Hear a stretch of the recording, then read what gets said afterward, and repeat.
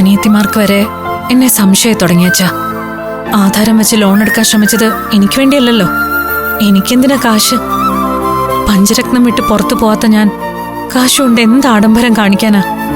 മോൾ എന്തിനാ bank loan എടുക്കാൻ പോയെന്ന് അച്ഛൻ പറയട്ടെ. അംബികയ്ക്ക് കൊടുക്കാൻ. അതൊന്നുമല്ല. മോൾ അത് നിഷേധിക്കണ്ട. കള്ളം പറയാൻ മോൾക്കറിയില്ല. അംബിക സ്വർണം ചോദിക്കുന്നത് ഞാൻ കേട്ടതാ.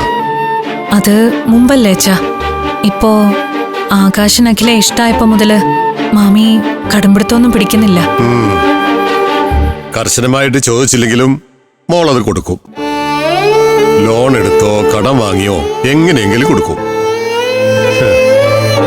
അല്ലെങ്കിൽ കല്യാണം കഴിഞ്ഞ് ആ വീട്ടിലേക്ക് ചെല്ലുമ്പോ അഖിലേക്ക് സ്വൈര്യം കൊടുക്കില്ല എന്ന് മോള് പേടിക്കുന്നുണ്ട്. ശരിയല്ലേ അച്ഛൻ പറഞ്ഞത്? ശരിയാണ്. മോളുടെ നല്ല മനസ്സുകൊണ്ടാണ് അങ്ങനെയൊക്കെ ചിന്തിക്കുന്നത്. പക്ഷേ ഒരു കാര്യം ഓർക്കണം,